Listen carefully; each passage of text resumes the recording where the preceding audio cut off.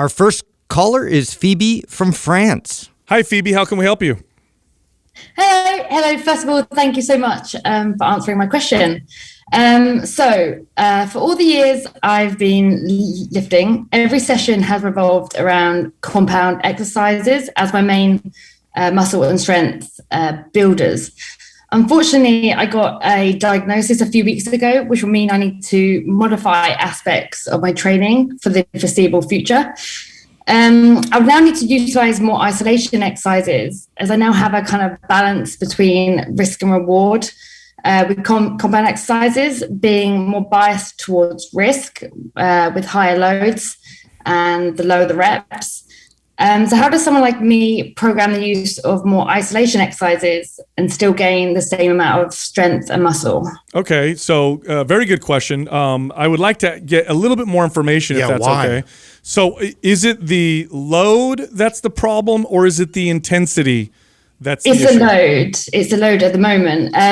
What I have is quite rare, so there isn't a lot of information around it, but it seems to be, I can still go to a point of failure, but the higher the load and the lower the reps, things seem to be a bit more difficult. Got it. Okay. Oh, well, so there's lots of different ways to increase intensity and tension. One of them is with load. Obviously, that's being taken off the table for you. You could slow your reps down. You could do isometric training, which is very, very valuable. You could do higher reps. Studies actually show higher reps performed at high intensity can be almost as effective as low reps. So just do those things, and I think you'll be okay. As far as isolation versus compound, you'll probably have to do a little bit more volume, but feel it out. And then here's something that might make you feel better. What you do to build muscle, oftentimes you can maintain it with much less work, load, and intensity. So in other words, if you built 10 pounds of muscle doing heavy deadlifts and squats and presses and whatever, and you've kept that 10 pounds for a while, maintaining it, it's a lot easier to maintain it. You don't have to do quite as much volume, intensity, and load to maintain than you did when you were building. I would definitely, tempo is where I would go here, right? So I would just slow down the tempo. And I mean, I'm watching Doug right now training, and he's following, we have a new program that we're working on, and he's following some of the protocol. And, the tempo is a 4-2-2 in there. And I know I think your experience right now with you've never experienced this, right? No, I have had to reduce my weight dramatically. Yeah. So which in this case, this is a perfect example of because you can't do heavy load. And there's nothing that said, even though the research points to like 4-2-2, right? So 4 seconds on the -2 on the isometric, and then 2 seconds on the concentric, doesn't mean you can't do 6-2-2. Doesn't mean you can't do 8 with a pause for 4 seconds. I mean, you can really manipulate and play with tempo a lot, and it will make it feel like it is heavy as shit, and it doesn't have to be that heavy. Yeah, and just increasing your tension while going through that lift too, just intrinsically, like just squeezing harder as you're doing these reps as well even makes a difference. There's just a multitude of ways to add progressive overload. Yeah, Phoebe, there was one time I only had access to a gym where the dumbbells went up to 30 pounds. And so for me, for a lot of exercises, that's too light. So what I did was exactly what we're telling you is I went really slow. I focused hard on the squeeze.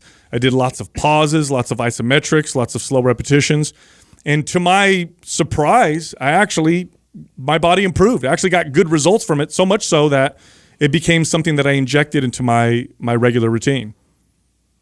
Okay, it's great. What about the strength side of it? Because if that's muscle building and stuff like that, does strength have to be in the low rep range? Can you still use the same? You're gonna build strength doing that also. Yeah, you'll build strength doing that also. But here's the thing you have to understand is that strength is also a skill. So if you're not practicing something specific often, will you lose quote unquote strength in that particular thing? Probably. So in other words, if you are really strong at 2 reps with a squat, and then you go and perform, 30 reps with a squat, like general strength, you'll probably be okay. But yeah, you're going to lose some strength in the thing that you're not practicing very often. And a lot of that has to do with the skill of the lift. But as far as how you look, how you feel, if anything, you're probably going to notice some benefit from this change. What I really like with isometrics is the way that you can actually apply a lot of max intensity. So you can do that in a safe manner where, you can also structure so you don't do quite as many reps. So you can sort of emulate what you would be doing with compound lifts, but now you're squeezing your entire body and ramping it up as high as you can go intensity wise, but then you can also back off at any time. Okay, that's great. That's great. Awesome. All right. Thanks, Phoebe. Cheers. Thank you. Wow, it's cool. Someone calling from France. That's really awesome. Yeah. Yeah, I like that all the way over there. But yeah, we tend to get caught up. I was really curious to why or what. It didn't sound like clear. I don't want to pry. I know. I felt the same way Gave her too. an I was opportunity to tell hoping us you more. would, but you didn't. So I really wanted to know what it was, because sometimes too, sometimes that the doctors go this route because they just for safety, right? They don't want to be sued, Right. And so they don't know a lot about what's going on. So It's it's all like liability. Yeah, it's like, type stuff. you cannot ever lift heavy again. It's too risky, Yeah. and it's like, man, I would like to know a little more. That's why I what's said going on. intensity versus load, because often it's intensity that the doctor says, because I could go, look, I'll tell you what, like, yes, let's say I could squat 400 pounds for one rep. That's a lot of load and intensity. Or let's say I squatted 250 pounds for 30 reps. The intensity is probably higher on that 30 rep set of squats. Or take that 200 pounds and do just 4 reps still, Super slow. but do them slow. Do a 5-6 And that's second what I mean. negative, and I'll tell you what, it'll it feel can like be it's grueling. It'll feel like it's 400 pounds. And that's what I mean. If it's intensity you got to be careful for, then it doesn't matter. Load, it's how intense the set is. But she said specifically load, so I'm assuming it has something to do with her connective tissue and her joints, something that's causing issues with her sort of instability. Yeah, that's what somewhere. I'm assuming. Yeah.